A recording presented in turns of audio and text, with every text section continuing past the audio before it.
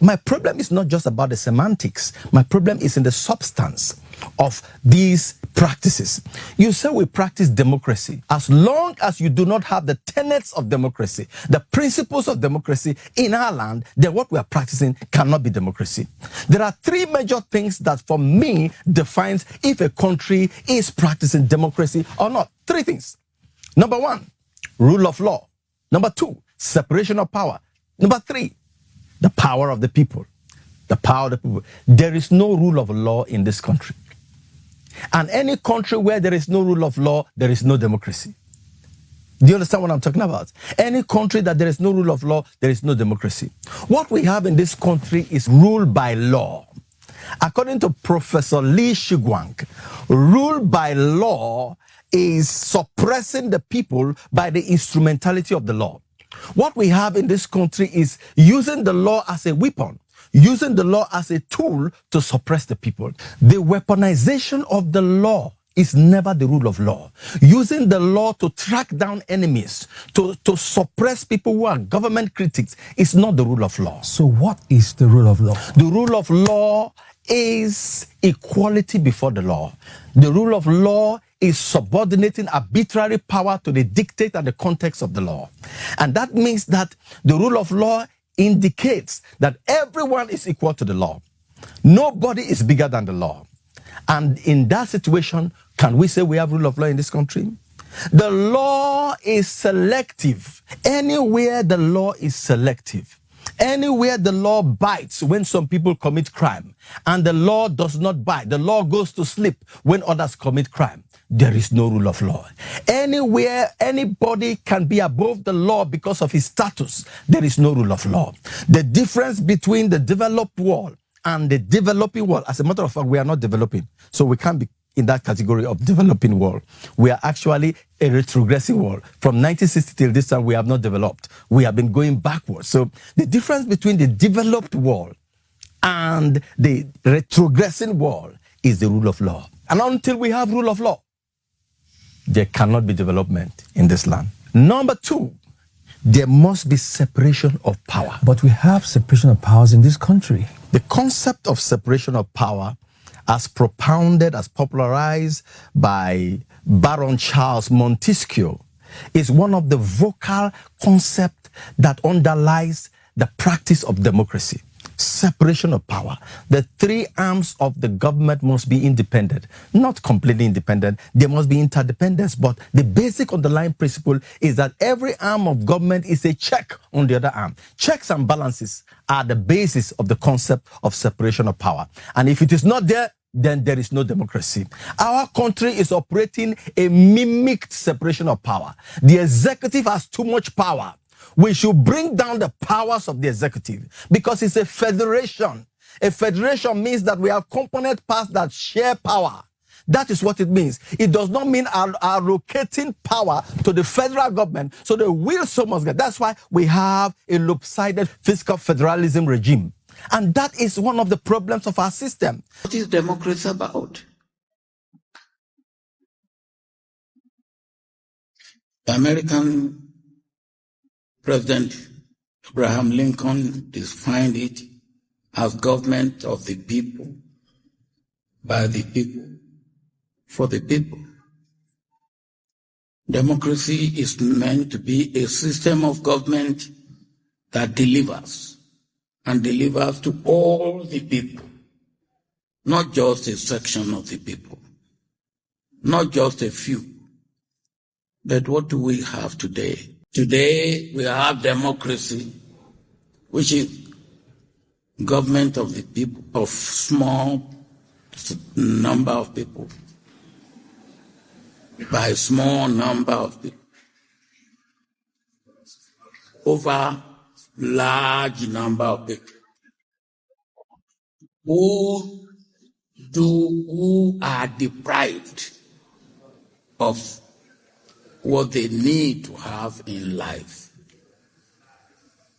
Now, that is not democracy that will endure. Let's suspend Abraham Lincoln's definition of democracy in Gettysburg and know that this is Nigeria, where the standards don't apply. Another form of government is called plutocracy, Plutocracy is government, which is actually perhaps what fits the government of Nigeria. That we are practicing a plutocracy, not a democracy. Because who are the people that matter in Nigeria? They are the people with the means. And a plutocracy is government by rich people for rich people. So then, of course, you have another system of government that is called theocracy, which is that it's a government by divine anointing. Only those who the state, the religion, the state and heaven are basically the same realm. Then you have a system of government that focuses on patriarchy or whatever. So there are all kinds of systems. We do not yet have the institutional capacity to live and align ourselves with the principles of democracy, where you're talking about one man, one person, one vote. Well, guess what? We are living in a society where the big man's mentality suggests very clearly that a driver and his oga cannot have. Mentally, yes. And this is what you have seen now in the capacity of people with money to compromise the wishes of the people. So we are still a far cry away from the ideals of democracy being a government of the people, for the people, and by the people. Ours is a pretty dysfunctional environment, where most of the rules don't apply, where lawlessness and people making up their own rules as they go along is the norm of the day. And this is why religion has found itself in a toxic mix.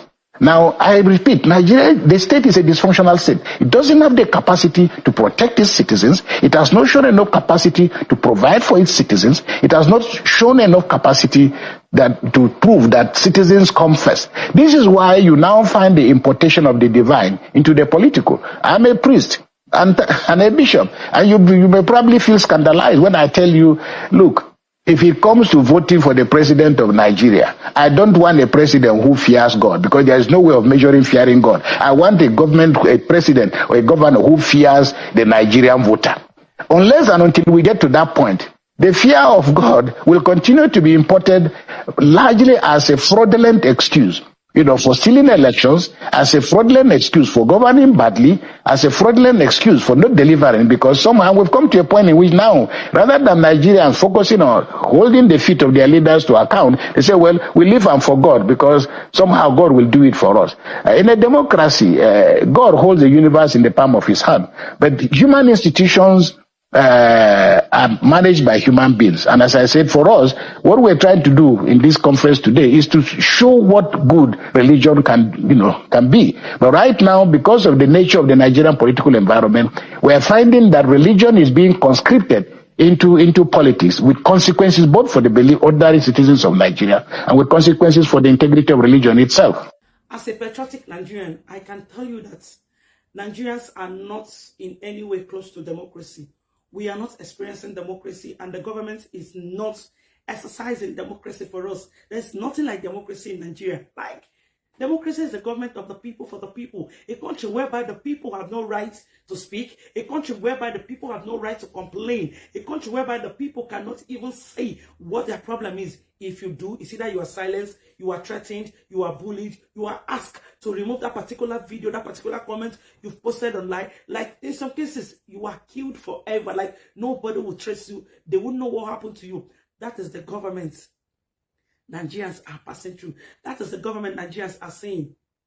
It is called an autocratic government, whereby the government alone has the right to decide for the people, whereby the government alone has the right to speak for the people, whereby the government alone has the right to say, oh, this is what we want for you people. The people of the country has no rights. That is what Nigerians are passing through. Now, take, for instance, with other countries. I use South Africans as an example too much, because I live in South Africa. I see what happened here. I see how the people react to things that they don't like, and I see how the government come to their aid. I see how the government respond to them immediately. I've never seen a South African coming out to say, oh, remember I posted a video online talking about the injustice that the government is doing to us, and now somebody from the government is calling me, threatening me to remove the video, whatever I posted, to tender an apology to the government. I've never seen a South Africa coming online to do it. But in Nigeria, immediately you decide to speak against the government. Probably what you are saying around is overwhelming you. You don't like it. You are almost falling into depression. You don't like the situation of things.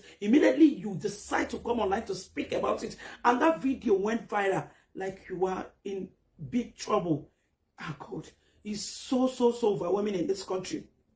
It's so overwhelming in Nigeria that you have no right to speak. We are not practicing democracy, and this thing of celebrating Democracy Day in Nigeria should stop. Because if you agree with me, if you check around, you see that there's nobody in Nigeria that has spoken that the government is listening to. There's no. Hi, my people. Now, welcome back. I know that many of you must have watched and listened to what each and every person who spoke in the video says about democracy and the problem everyone is facing in this country. We all know that the country we are has not been practicing democracy. That is why it seems like every one of us remains behind in every ramifications. If you're listening to the first guy that speak in the video, he says that before Nigeria could move forward, Nigeria need to start practicing democracy. What does that guy mean by that? What he mean be say any country where be say nobody get right to talk, that country is not practicing democracy. Even as you see that, okay, now only this our president and many leaders where be say we get, now only them fit talk before we will be say we be common Nigerians, or be average Nigerian go feel like listening. If carefully all these things seems to go like that, there's no way country go where if it is only people who be say them they at the top we talk before people will be say them be average or this in Nigeria. In Nigeria, there's no way democracy will work because nobody know everything. Even as we dey speak now, it gets some persons who be say okay, if they talk anything concerning government online, government begin to treat them that what they are doing is against them. Meanwhile, democracy says that is the government of the people, according to Abraham Lincoln, the government of the people, by the people, and for the people. But if you listen to within even Bastardized talk, he say democracy now is the government of the small number of the people in Nigeria. Over the large number. Again, how he say put am, but in the furniture now, waiting everybody they complain about. But before Nigeria go far in everything and in all ramification, in every ramifications, Nigeria and everybody need to start practicing democracy for us to have freedom of speech, freedom of movement, freedom of everything, so that whatever you do that is very bad, if someone that knows it more than you will correct you. Let it just sit. And for you where be say the years now, if you have anything where be say you want to talk concerning this, you should drop your own thought on inside comment section. And also if this is your first time, can you like, share, subscribe? Thank you.